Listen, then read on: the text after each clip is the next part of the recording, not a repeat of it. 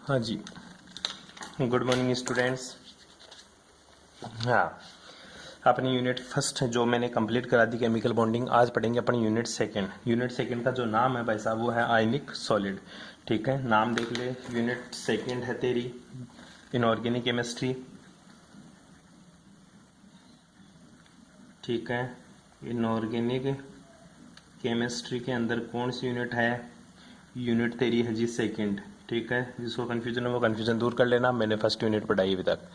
उसके बाद में देखिए यूनिट सेकंड जो है उसका नाम है तेरा आयनिक सॉलिड।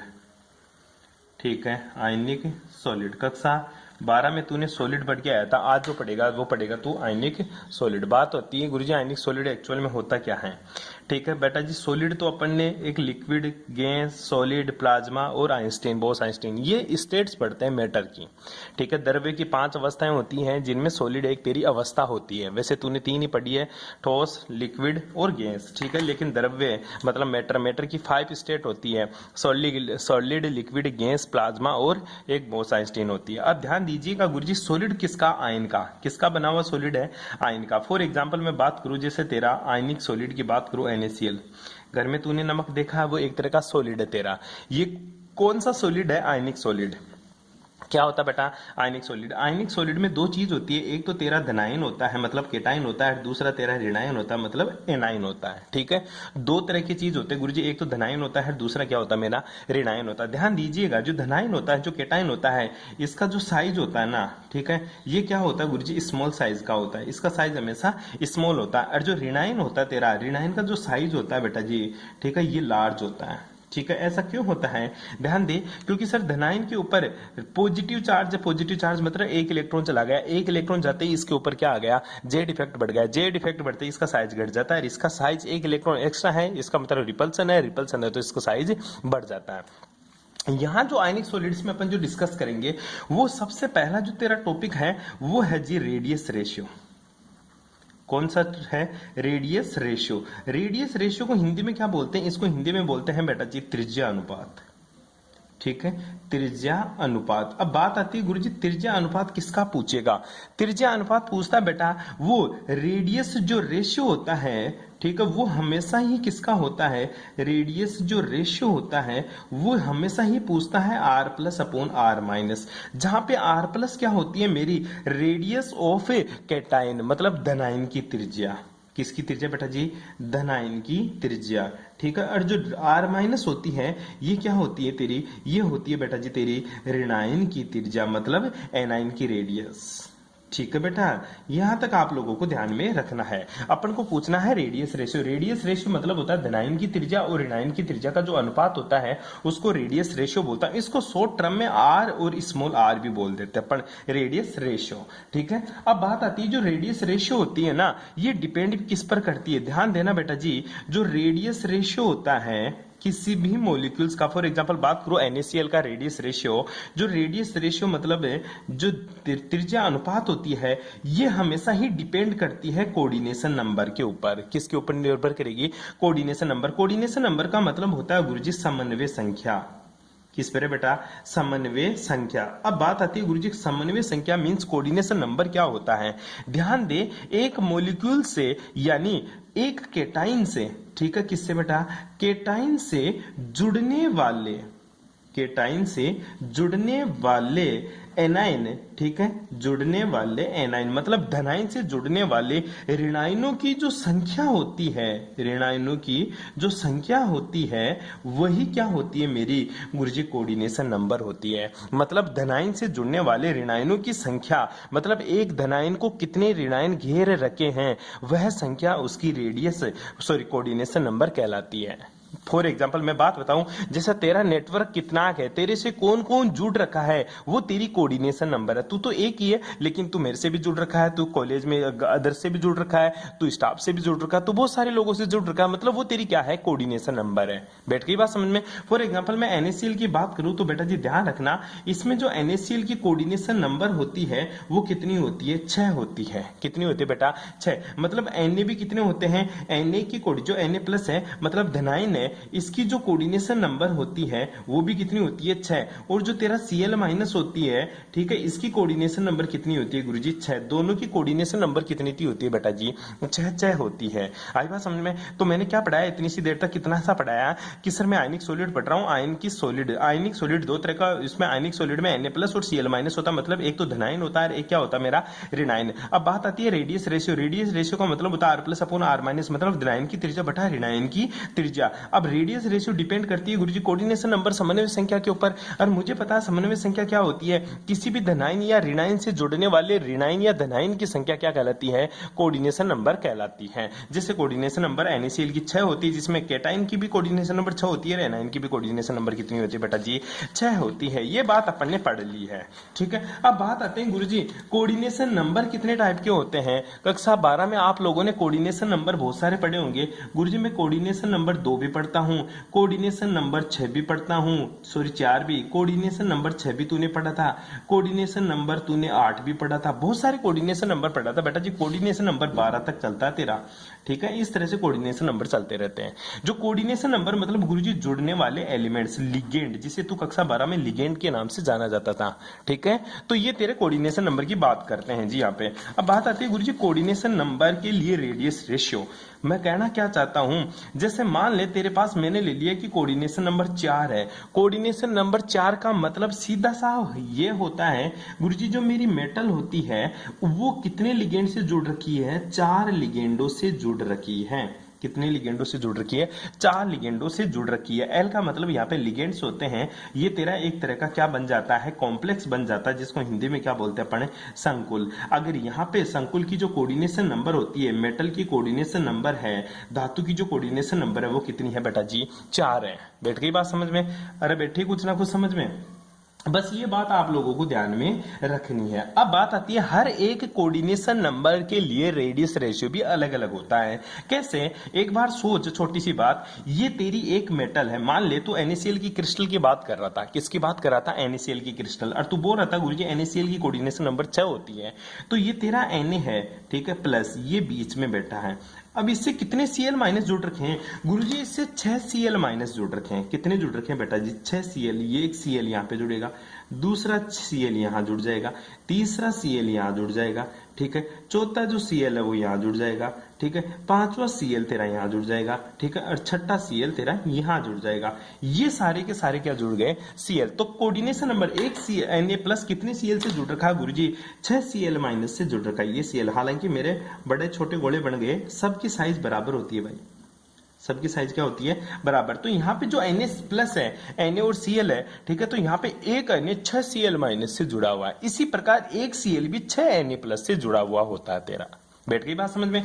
तो यहाँ पे बात करना चाहूं तो coordination number of Na plus कितनी है बेटा जी? गुरुजी 6 है, क्योंकि 6 से जुड़ रखा है। लेकिन ध्यान दें, अब कोऑर्डिनेशन नंबर, अब रेडियस क्या हुई? अब देख इसी गोले में देख, इसके सेंटर से लेकर, किसके सेंटर से लेकर, Na के सेंटर से लेकर बेटा यहां तक की जो रेडियस है वो किसकी रेडियस है? ये गुरुजी R प्लस है, मतलब धनायन की रेडियस है। और इस गोले की यहां से लेकर इस क्लोरीन के बीचों बीच तक की जो रेडियस होती है वो क्या है तेरी? R माइनस होती है। जहां पे जो R प्लस है ना, ये क्या है? Na प्लस की या फिर धनायन की त्रिज्या। क्या है बेटा? धनायन की त्रिज्या। सिंपल सी बातें बता रहा हूं तेरे को, अभी तक कोई खास बात नहीं बताई। इसी प्रकार जो R माइनस है, इसका मतलब होता है Cl माइनस, अर्थात गुरुजी मेरी ऋणायन की त्रिज्या। किसकी त्रिज्या है बेटा? ऋणायन की त्रिज्या। बस ये बात आप लोगों को ध्यान में रखनी है जी, ठीक है। अब अपन को क्या पढ़ना है? RR पढ़ना है गुरुजी। मेरे को क्या पढ़ना? RR। RR का मतलब होता है धनायन की त्रिज्या बटा ऋणायन की त्रिज्या। इसका अनुपात चाहिए मेरे को। क्या चाहिए बेटा जी? इसका अनुपात। और क्वेश्चन एग्जाम में इसका अनुपात किस किस के लिए निकलवाता है? ये गुरुजी एग्जाम में क्वेश्चन निकलवाता 3 चीजों के लिए। एक तो तेरा कोऑर्डिनेशन नंबर 4 के लिए, दूसरा तेरा कोऑर्डिनेशन नंबर 8 के लिए, और तीसरा तेरा 6 कर लेना, तीसरा तो कोऑर्डिनेशन नंबर 8 के लिए निकलवाता है, ठीक है। जो कोऑर्डिनेशन नंबर 4 होता है वो तेरी अष्टफलकीय नहीं होती। कौन सी होती है? चतुष्फलकीय होती है। कौन सी होती है बेटा जी? चतुष्फलकीय। याद कर, 4 डंडे चतुष्फलकीय तो बनाया था तेरी, मतलब ये गुरुजी टेट्राहेड्रल के लिए होती है। कोऑर्डिनेशन नंबर 6 किसके लिए होती है बेटा? 6 डंडे किसमें जोड़ा था और कौन सी स्ट्रक्चर बनी थी? गुरुजी ये अष्टफलकीय बनी थी। कौन सी बनी थी रे? अष्टफलकीय बनी थी। कौन सी बनी थी? अष्टफलकीय। मतलब इसको तूने ऑक्टाहेड्रल मतलब OH से दिखाया था। इसी प्रकार जो कोऑर्डिनेशन नंबर 8 होती है बेटा, इसको बोलते हैं अपन क्यूबिक। क्या रे? Cubic shape. क्यूबिक मतलब होती है गुरुजी घनीय। ठीक है, ये तीन चीज पढ़ेंगे अपन, और ये एग्जाम में तीनों में से एक क्वेश्चन आता है, वो भी 4 नंबर का। तेरे को ध्यान से पढ़ना है एक एक चीज को। ठीक है, कि गुरुजी कोऑर्डिनेशन नंबर 4 के लिए जो आर का मान है वो कितना होगा, मतलब r plus upon are minus का। इसी प्रकार आर का मान कोऑर्डिनेशन नंबर 6 के लिए r plus upon are minus. इसी प्रकार आर का मान r plus upon are minus का मान कितना होगा कोऑर्डिनेशन नंबर 4 के लिए, कोऑर्डिनेशन नंबर 6 के लिए और कोऑर्डिनेशन नंबर गुरुजी 8 के लिए। ध्यान दे ले बेटा, थोड़ा सा मैं तेरे को बता देता हूं। जो कोऑर्डिनेशन नंबर 4 के लिए जो आर का मान है वो तू रट ही लेना। कोऑर्डिनेशन नंबर 4 के लिए जो आर का मान होता है वो होता है बेटा जी 0.225 से लेकर 0.225 से लेकर इसका मान आता है बेटा जी 0.225 से लेकर 0.414 तक आर का मान होता है कोऑर्डिनेशन नंबर 4 के लिए। किसका मान होता है? आर का। अपन प्रूफ करेंगे कि ये मान इतना आया। इसी प्रकार कोऑर्डिनेशन नंबर 6 के लिए जो आर का मान होता है, मतलब गुरुजी ऑक्टाहेड्रल के लिए, अष्टफलकीय के लिए जो आर का मान होता है वो होता है बेटा 0.414 से लेकर 0.732 के बीच में होता है। ठीक है, इसी प्रकार जो आर का मान होता है कोऑर्डिनेशन नंबर 8 मतलब क्यूबिक सेल्स के लिए, घनीय के लिए, उसका मान होता है बेटा 0.732 से अधिक। ठीक है, बस ये वैल्यू अपन निकाल के लाएंगे कि देख ले आर का मान कोऑर्डिनेशन नंबर 4 के लिए 0.225 से लेकर 0.414 के बीच में होता है।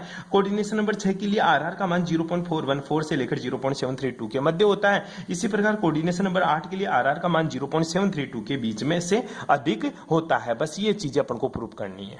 बैठ गई बात समझ में? सिंपल सी बातें बताइए। अच्छा गुरुजी कोऑर्डिनेशन नंबर और के लिए नहीं होती क्या? बेटा होती है जी, 2 के लिए भी होती है 0.115 है, लेकिन अपन को जो पूछा है बस वो ही ज्ञात करना है जी। अब एक एक कोऑर्डिनेशन नंबर के लिए अपन आर का मान निकालते हैं जी। तो सबसे पहले हेडिंग लगा ले बेटा, सीमांत त्रिज्या अनुपात की गणना, calculation of the limiting radius ratio.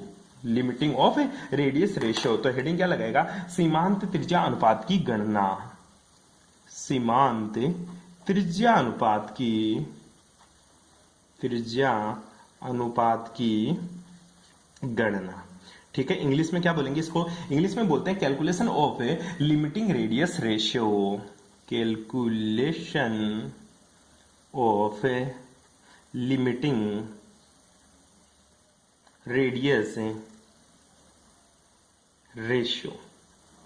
ठीक है बेटा जी, बस शुरू कर दे। सबसे पहले गुरुजी किसके लिए? बेटा जी सबसे पहले अपन रेडियस रेशियो निकालेंगे। किसके लिए? कोऑर्डिनेशन नंबर 8 के लिए। कोऑर्डिनेशन नंबर 8 के लिए सबसे पहले इसके लिए रेडियस रेशियो निकालेंगे। तो हेडिंग लगा लेना, अष्टफलकीय संरचना के लिए त्रिज्या अनुपात। क्या लिखेगा?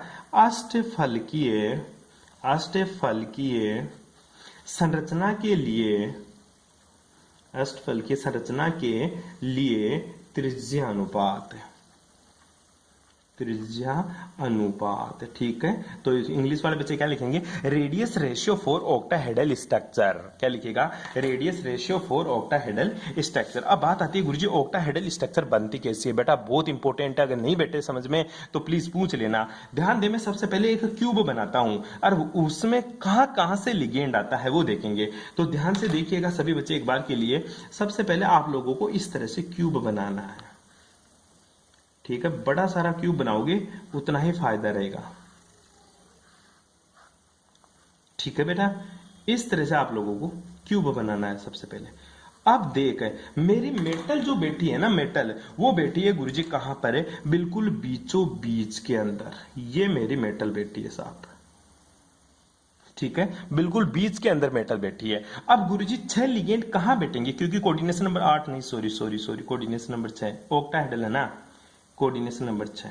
ठीक है, अष्टफलकीय संरचना के लिए त्रिज्या अनुपात तो कोऑर्डिनेशन नंबर 6 ही होता है। ठीक है, तो 6, अब मेरे को 6 लिगेंड जोड़ने हैं और वो भी बराबर दूरी पर होने चाहिए। तो बता वो 6 लिगेंड कहां जोड़ूंगा मैं? अब सोच ले, 6 लिगेंड आएंगे गुरुजी 6 सल्फेस से। कहां से आएंगे? 6 सल्फेस से, क्योंकि इसकी सल्फेस कितनी है टोटल गुरुजी सल्फेस 6 है इसमें। एक तो ऊपर, 2 3 4, एक सामने एक पीछे। टोटल इसके सरफेस कितने हैं, अरे फलक कितने हैं, फलक हैं, ठीक है। टोटल फलक देख ले, 1 और 2, 3 और 4, 5 और 7, 5 और 6, एक ऊपर एक नीचे, एक साइड में, एक दाएं एक बाएं, एक पीछे एक आगे, टोटल कितने हैं 6। तो ध्यान दे दे बेटा, जो 6 लिगेंड है ना, वो 6 लिगेंड कहाँ स्थित है तेरे गुरुजी, 6 लिगेंड सरफेस के ऊपर स्थित है। इस हिसाब से ये 6 लिगेंड स्थित है, जो किससे जुड़े हुए हैं बेटा, मेटल से अटैच है। किससे जुड़े हुए हैं बेटा जी, ये गुरुजी मेटल से जुड़े हुए हैं। इसी प्रकार पीछे की तरफ दिखेगा तेरे को एक, और ये आपस में एक दूसरे से पे क्या होते हैं गुरुजी, जुड़े हुए रहते हैं। इसी प्रकार ऊपर भी जुड़ा रहता तेरा, ठीक है। ये तेरे को स्ट्रक्चर नहीं बनानी, मैं बताऊंगा वो स्ट्रक्चर छापेगा तू। मैं तो तेरे को बता रहा हूँ कि कहाँ कहाँ होते हैं ये, मैं बता रहा हूँ कि कहाँ नहीं होते सर। ये होते हैं गुरुजी पूरे चारों तरफ सरफेस के ऊपर, मतलब दो चारों दीवारों के ऊपर, और ऊपर और नीचे होते हैं, और ये मेटल को बिल्कुल जकड़ रखे हैं बीच में, ठीक है। तो मैं एक सरफेस उठा लेता हूं, कैसे गुरुजी, मान लो ये मेरी मेटल वाला है बीच में, ठीक है। एक सरफेस उठा लिया, ये मेरी मेटल है जी सर, ठीक है। इससे जुड़ा हुआ है एक तो इधर की तरफ, ठीक है, ये बिल्कुल अटैच है पहला लिगेंड, ठीक है। दूसरा जो लिगेंड है गुरुजी सेम वो जुड़ा हुआ है सर इधर की तरफ, ठीक है। इन लिगेंड को बेटा जी अटैच करना है, इसके साथ बिल्कुल टच होने चाहिए। इसी प्रकार तीसरा जो लिगेंड है वो गुरुजी इधर जुड़ा हुआ है ऐसे, ठीक है। इसी प्रकार चौथा लिगेंड ऐसे जुड़ा हुआ है, ठीक है।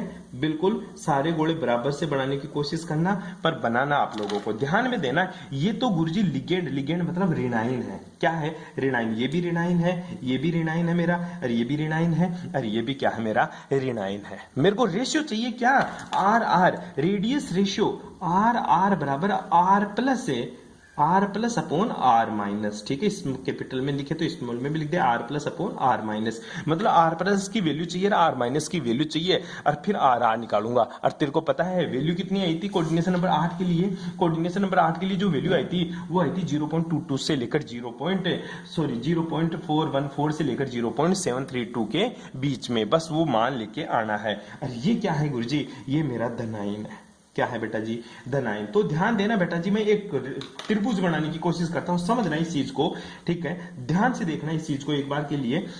इसकी जो रेडियस है यहां से लेकर यहां तक की, वो कितनी है बेटा आर माइनस, कितनी है आर माइनस, और ये भी कितनी है गुरुजी आर माइनस, और इसके जस्ट सामने इसका क्या है सेंटर है, तो मैं इसको इससे मिला देता हूं, ठीक है। तो तेरे को पता है ये आर माइनस है, तो गुरुजी ये भी क्या होगी मेरी आर माइनस, और नीचे वाली भी क्या है गुरुजी are minus.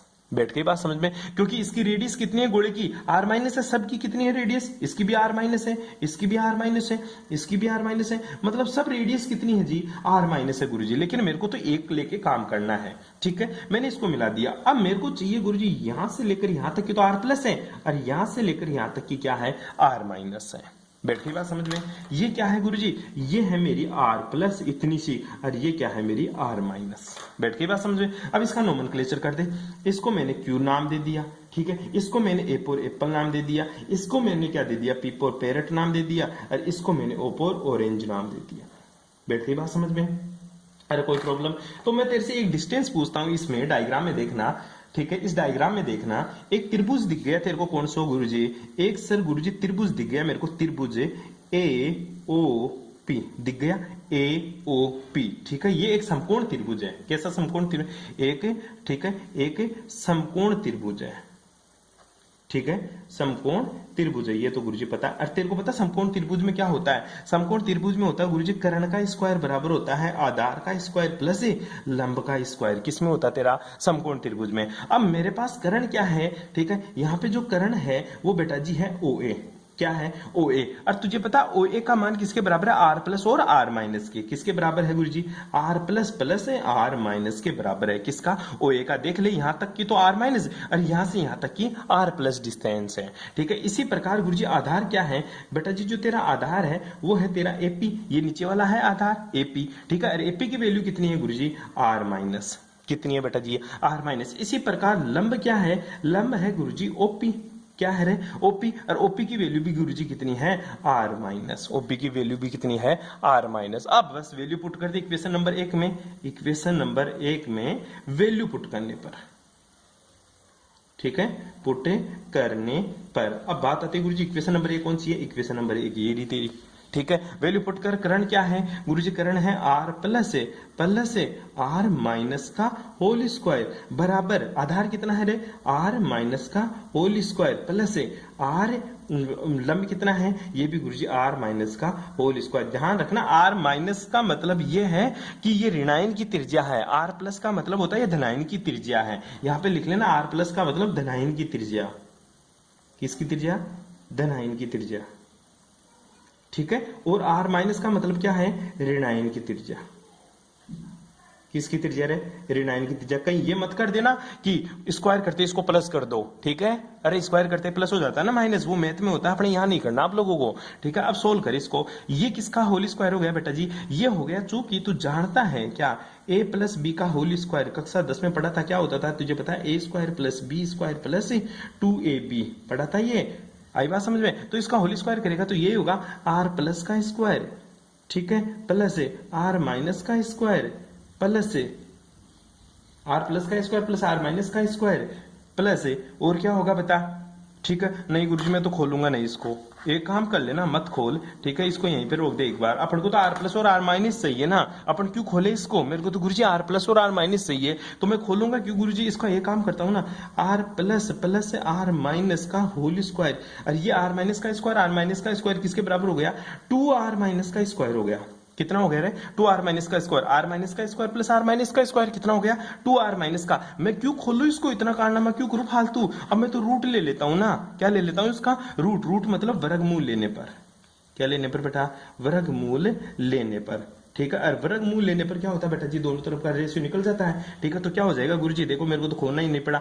r plus plus r minus ये बराबर हो जाता है मेरे बेटा इधर √2r माइनस, क्योंकि 2 का वर्गमूल लेगा तो √2 और r माइनस स्क्वायर का रूट लेगा तो r माइनस बच जाएगा। ठीक है, मेरे को लेने की जरूरत ही नहीं है रूट, वो खोलने की जरूरत ही नहीं है। क्यों करवा रहा था फालतू? बिल्कुल सही बात है बेटा, अपन को करना ही नहीं है ना, तो क्यों करे फालतू? यहां तक हो गया, देखिएगा एक बार के लिए ध्यान से देख इसको। सबसे पहले क्या किया तूने गुरुजी? मैंने डायग्राम बनाया मैंने और समकोण त्रिभुज लगा दिया। करण का स्क्वायर बराबर करण की वैल्यू पुट कर दी, आधार की वैल्यू पुट कर दी, लंब की वैल्यू पुट कर दी। फिर उसके बाद में मैंने r माइनस का स्क्वायर प्लस r माइनस का स्क्वायर को जोड़ दिया, 2r माइनस का स्क्वायर हो गया। उसके बाद में मैंने वर्गमूल ले लिया, r plus plus r minus equals to √2r minus हो गया। यहाँ पे कोई दिक्कत यहाँ तक? नेक्स्ट देखिएगा मैं क्या करता हूँ इसके साथ गुरुजी, √2r माइनस है मतलब r plus plus r minus बराबर √2r माइनस है। ठीक है, r माइनस को इधर ले जाऊं तो इधर क्या बच जाएगा? r plus equals to √2r minus बराबर माइनस है।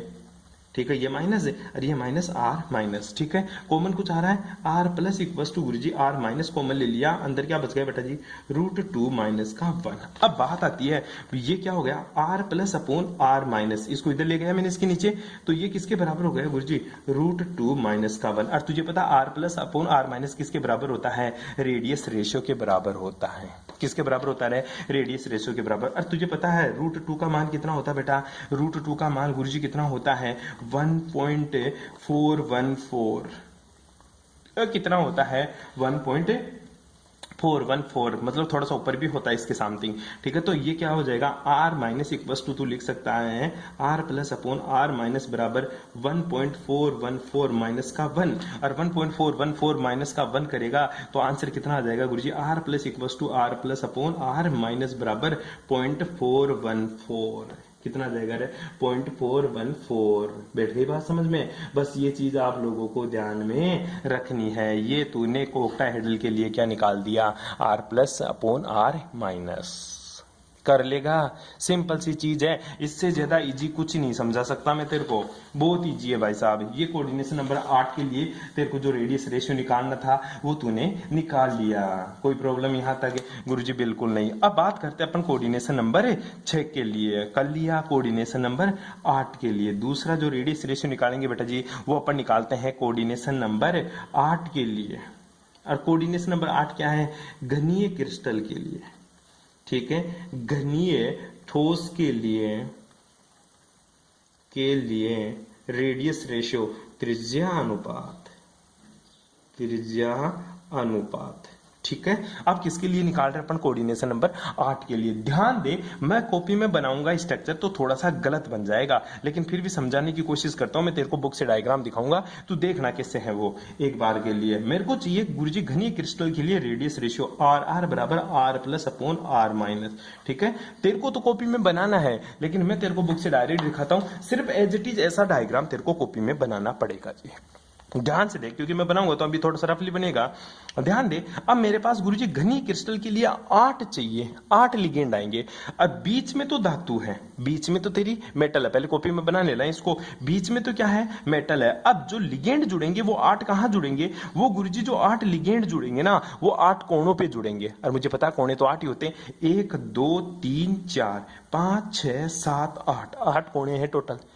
कितने कोणे हैं? 8 है। ठीक है, ये देख लिया तूने। एक बार के लिए मैं हटाता हूं, एक बार इसको एज इट इज ऐसे ही बनाओगे, इसको भी एज इट इज ऐसा ही बनाओगे। मैं समझाने की कोशिश करता हूं। एक बार देखिएगा, सबसे पहले गुरुजी उसने घन बनाया। ठीक है, क्या बनाया बेटा जी उसने? घन। वो ही बड़ा सारा तेरे को घन बनाना है। ठीक है, इस तरह से क्यूब बनाएगा तू भी। ठीक, कोई प्रॉब्लम नहीं आनी चाहिए इस चीज में। अब आ जा, तू दे बात को समझ रहा है। एक बार तू एक चीज समझ जाएगा तो तेरा काम हो जाएगा, बल्ले बल्ले हो जाएगी तेरी। इधर देख, मैं 2 चीज समझाने की कोशिश करता हूं। मेटल तो कहां है गुरुजी? बिल्कुल सेंटर के अंदर। मेटल तो कहां है? बिल्कुल सेंटर के अंदर है। मेटल कहां तेरी?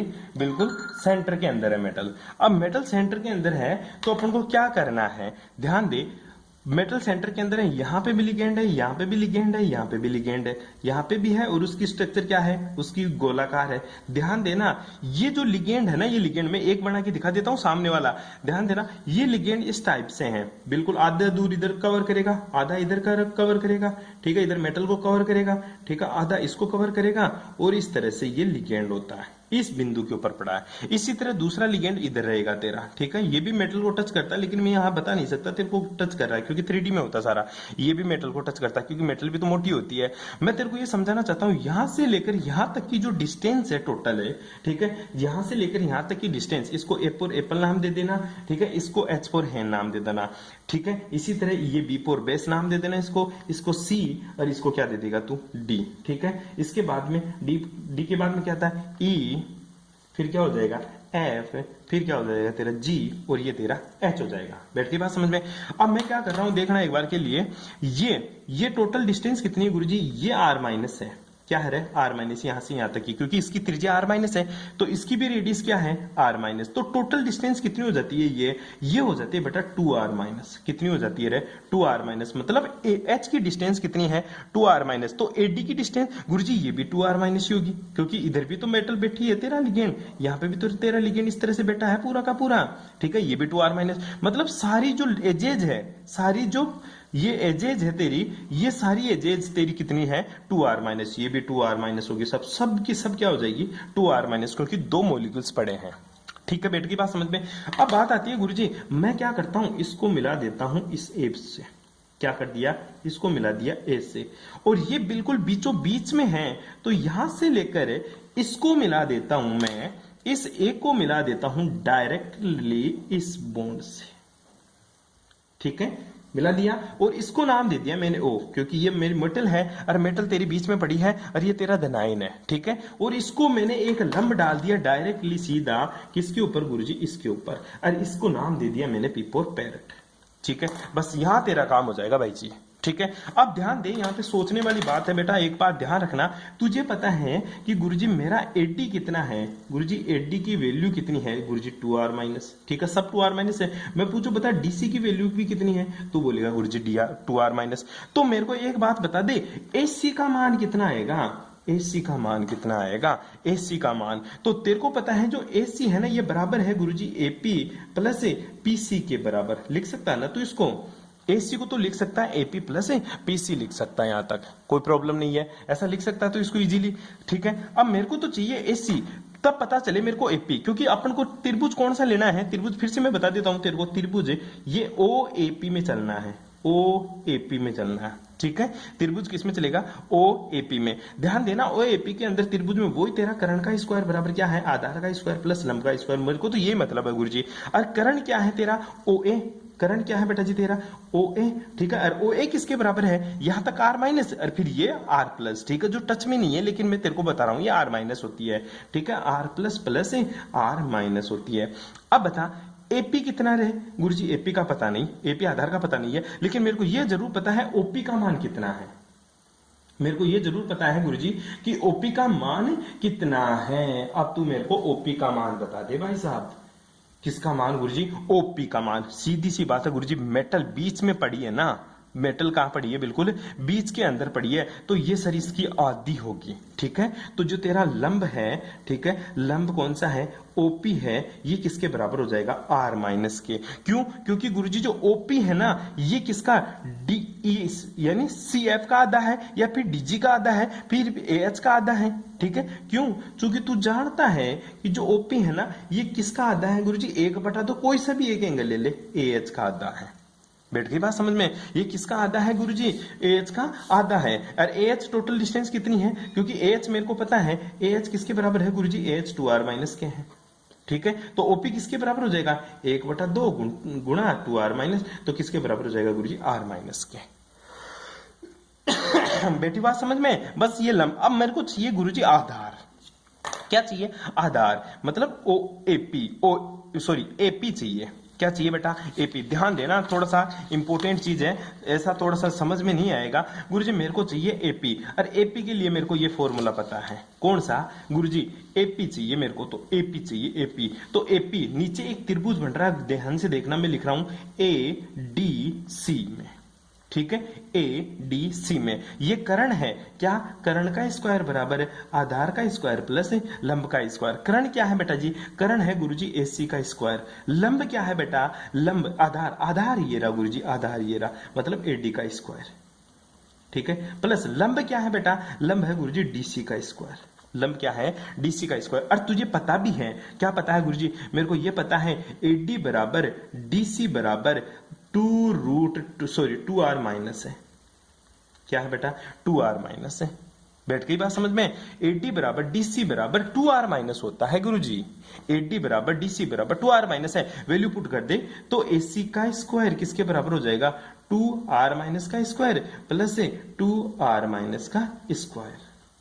बैठ गई बात समझ में, अरे बैठ ठीक है, कुछ तो समझ में बिल्कुल बैठ गई गुरुजी। तो इसको मैं सोल्व करूं तो AC का स्क्वायर किसके बराबर हो जाएगा बेटा, AC का स्क्वायर हो जाएगा गुरुजी 4R माइनस का स्क्वायर प्लस 4R माइनस का स्क्वायर। तो इसको क्या लिख सकता है, 8R माइनस का स्क्वायर किसके बराबर हो गया, AC का स्क्वायर। यहां तक किसी को कोई प्रॉब्लम। अब तेरे को तो AC नहीं चाहिए गुरुजी, मेरे को तो AC नहीं चाहिए, मेरे को तो AP चाहिए। और तुझे पता है AC का आधा क्या है, AP। चूंकि तेरे को पता है क्या कि गुरुजी जो AC है ना ये 2AP है, ठीक है, ऐसा मत लिख जाए, चूंकि यही लिखना इसी के साथ में, चूंकि मुझे पता है क्या कि जो गुरुजी AP है ना, AP, ठीक है, AP ये क्या है, 2 है, ठीक है, AP है 1/2 किसकी, AC की।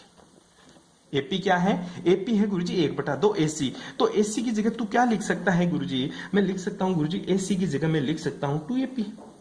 क्या लिख सकता हूं, 2AP। वैल्यू पुट कर दे इक्वेशन के अंदर, ठीक है, इसके अंदर AC की वैल्यू 2AP पुट करेगा, इसको इक्वेशन नंबर 1 कुछ भी दे लेना, ठीक है, वैल्यू पुट कर दे इक्वेशन AC का मान। तो AC का मान यहां पुट करूंगा तो क्या हो जाएगा, 2AP का स्क्वायर बराबर क्या हो जाएगा, 8R माइनस का स्क्वायर। सोल्व करेगा तो इसका क्या हो जाएगा, 4AP का स्क्वायर बराबर 8R माइनस का स्क्वायर। इससे इसे काटेंगे तो कितने बच जाएंगे, 2, ठीक है। तो AP का स्क्वायर बराबर हो जाएगा 2R माइनस का स्क्वायर। और मेरे को तो क्या चाहिए गुरुजी, AP चाहिए, AP बराबर हो जाएगा √2R माइनस। बस ये और निकल गया तेरा। और ये क्या था बेटा, उसके लिए पीछे वाले त्रिभुज के लिए क्या था, ये आधार था। क्या था रे, आधार था। दिखाऊं तेरे को एक बार के लिए, ध्यान से देखना, ये देख तेरा कर्ण तेरे को पता चल गया, कर्ण तो गुरुजी मेरे को पता चल गया था, क्या है, R प्लस R माइनस। लंब मेरे को पता चल गया R माइनस, और आधार भी तेरे को पता चल गया गुरुजी, यहीं पे लिख लेना, आधार क्या है मेरा, AP है, और AP किसके बराबर है, √2R माइनस के, √2R माइनस के। अब वैल्यू पुट कर दे इक्वेशन नंबर 1 के अंदर, इसको एपो रेपल दे देना, ठीक है। तो इक्वेशन A से, ठीक है, इक्वेशन A से अपन को लिखना है क्या, कर्ण का स्क्वायर, कर्ण क्या है, वही तेरा R प्लस R माइनस का स्क्वायर बराबर लिख सकता हूं आधार कितना है बेटा √2r माइनस का स्क्वायर और लंब कितना है बेटा r माइनस का स्क्वायर। बैठ गई बात समझ में। सोल्व कर ले, वही r plus plus r minus का स्क्वायर बराबर हो जाएगा गुरुजी 2r माइनस का स्क्वायर प्लस r माइनस का स्क्वायर। तो ये कितना हो जाएगा 3r माइनस का स्क्वायर और ये कितना हो जाएगा r plus plus r minus का होल स्क्वायर। अंडर लेंगे, क्या लेंगे वर्गमूल लेने पर, वर्गमूल लेने पर। अब वर्गमूल लेगा तो क्या होगा गुरुजी r plus plus r minus बराबर कितना हो जाएगा बेटा √3r माइनस। कितना हो जाएगा रे √3r माइनस। और चूंकि तू √3 का मान जानता है, √3 बराबर कितना 1.732 होता है। कितना होता है 1.732 होता है। वैल्यू पुट कर दे, यहीं पे पुट कर देता हूं। चूंकि और तेरे को ध्यान रखना है एक चीज, ये रहा r plus plus r minus root बराबर √3r माइनस हो गया। इसी के साथ आगे चलते हैं थोड़ा सा अपन देखिएगा एक बार के लिए मैं क्या करता हूं, इसी को आगे चलाता हूं। ठीक है, r माइनस को इधर ले जाऊं तो क्या हो जाएगा r plus equals to √3r minus minus r minus. ठीक है, तो वही बात है, r माइनस को मैं ले लिया गुरुजी, तो अंदर क्या बच गया बेटा √3 माइनस 1। ये किसके बराबर हो गया r प्लस के। अब मेरे को पता है r किसके बराबर होता है बेटा r plus upon r minus. इसको इधर ले गया मैं नीचे।